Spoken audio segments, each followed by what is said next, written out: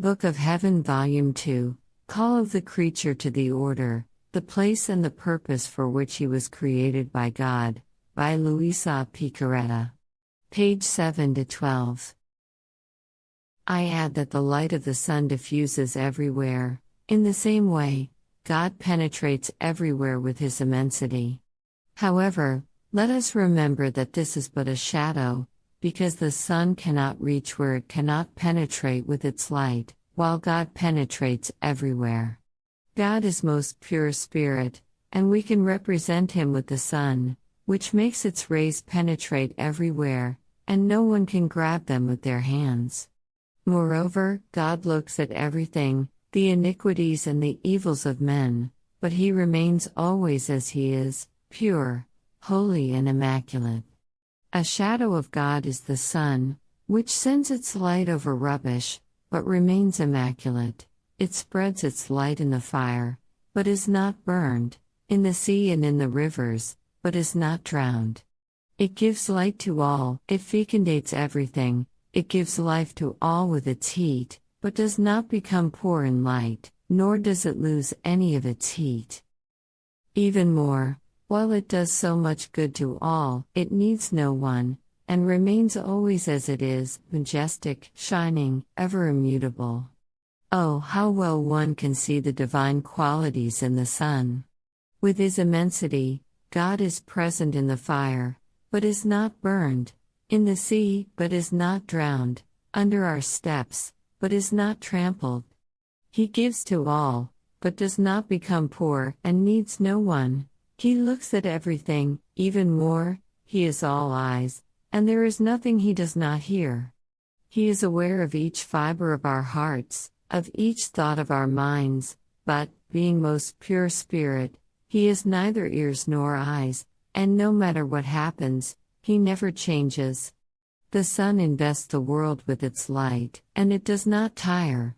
In the same way, God gives life to all, helps and rules the world, and He does not tire. A man can hide or place shelters so as not to enjoy the light of the sun and its beneficial effects, but he does nothing to the sun remains as it is, while all the evil will fall upon man. In the same way, by sin, the sinner can move away from God and no longer enjoy His beneficial effects, but he does nothing to God. The evil is all his own. The roundness of the sun also symbolizes the eternity of God, which has no beginning and no end. The penetrating light of the sun itself is such that no one can restrict it in his eye, and if one wanted to stare at it in its midday fullness, he would remain dazzled, and if the sun wanted to draw near man, man would be reduced to ashes. The same for the divine sun. No created mind can restrict it in its little mind so as to comprehend it in all that it is, and if it wanted to try, it would remain dazzled and confused, and if this divine sun wanted to display all its love, allowing man to feel it while he is in his mortal flesh, he would be reduced to ashes. So, God has cast a shadow of Himself and of His perfections over the whole creation. It seems that we see Him and touch Him, and we are touched by Him continuously. In addition to this, after the Lord said those words, "Faith is God," I said to Him, "Jesus, do you love me?" And He added, "And you, do you love me?" Immediately I said, "Yes, Lord, and you know that without you I feel that life is missing in me." "Well then," Jesus continued, "you love me, I love you, so, let us love each other, and remain always together." This is how He ended for this morning. Now, who can say how much my mind has comprehended of this divine sun? I seem to see it and touch it everywhere. Even more, I feel invested by it, inside and out, but my capacity is so very little. While it seems it comprehends something about God, the moment I see Him, it seems I have comprehended nothing. Even more, it seems I have spoken nonsense. I hope that Jesus will forgive my nonsense. March 10, 1899, the Lord shows her many chastisements. As I was in my usual state, My always lovable Jesus made himself seen all embittered and afflicted, and he told me, "My daughter, my justice has grown too heavy, and the offenses I receive from men are so many that I can no longer sustain them." So, the scythe of death is about to harvest much, suddenly and by means of diseases. The chastisements I will pour upon the world are so many, that they will be a sort of judgment. Who can say the so many chastisements he showed me, and how terrified and frightened I was left? The pain that my soul feels is so great, that I believe it is better to keep silent. But I continue, because obedience wants it so. I seem to see streets filled with human flesh, and blood inundating the ground, and cities besieged by enemies who spared not even children. They seem to be like many furies come out of hell. They respected neither churches nor priests. The Lord seemed to send a chastisement from heaven. What it is I don't know. It just seemed to me that we will all receive a mortal blow, and some will be victims of death, others will recover. I also seem to see plants withered, and many other troubles which are to come over the harvests. O God, what pain to see these things, and to be forced to manifest them. Ah Lord, placate yourself.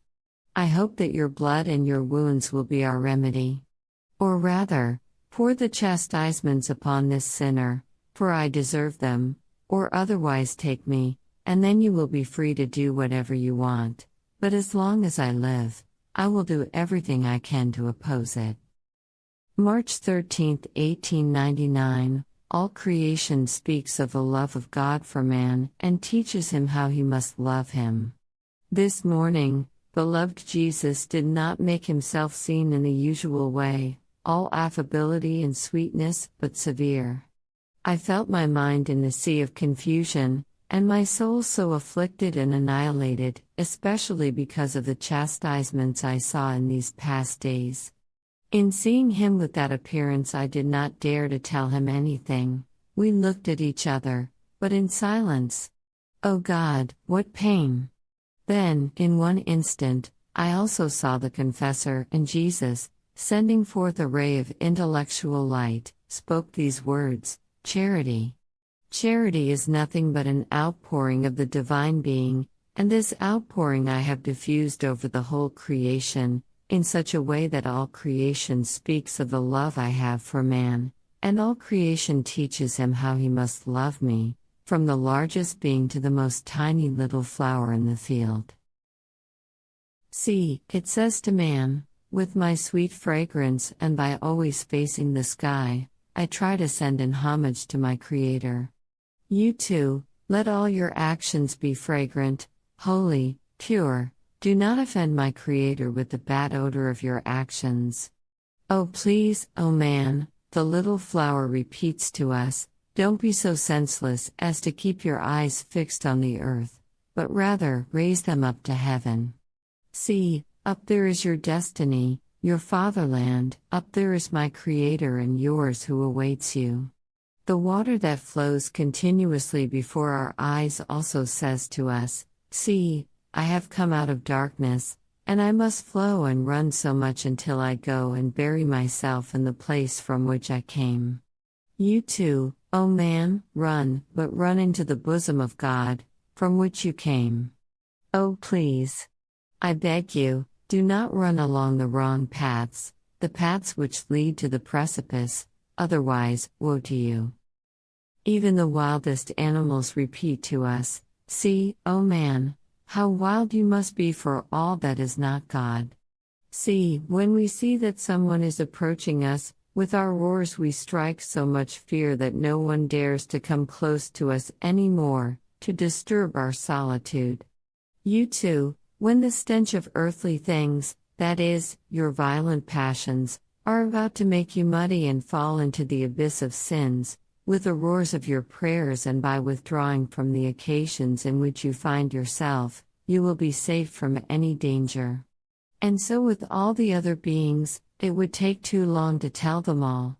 With one voice they resound among themselves, and repeat to us, see, O man, our Creator made us for love of you, and we are all at your service. And you, don't be so ungrateful, love, we beg you.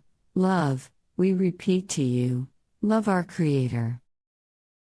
After this, my lovable Jesus told me, this is all I want, love God and your neighbor for love of me. See how much I have loved man, and he is so ungrateful. How could you not want me to chastise them?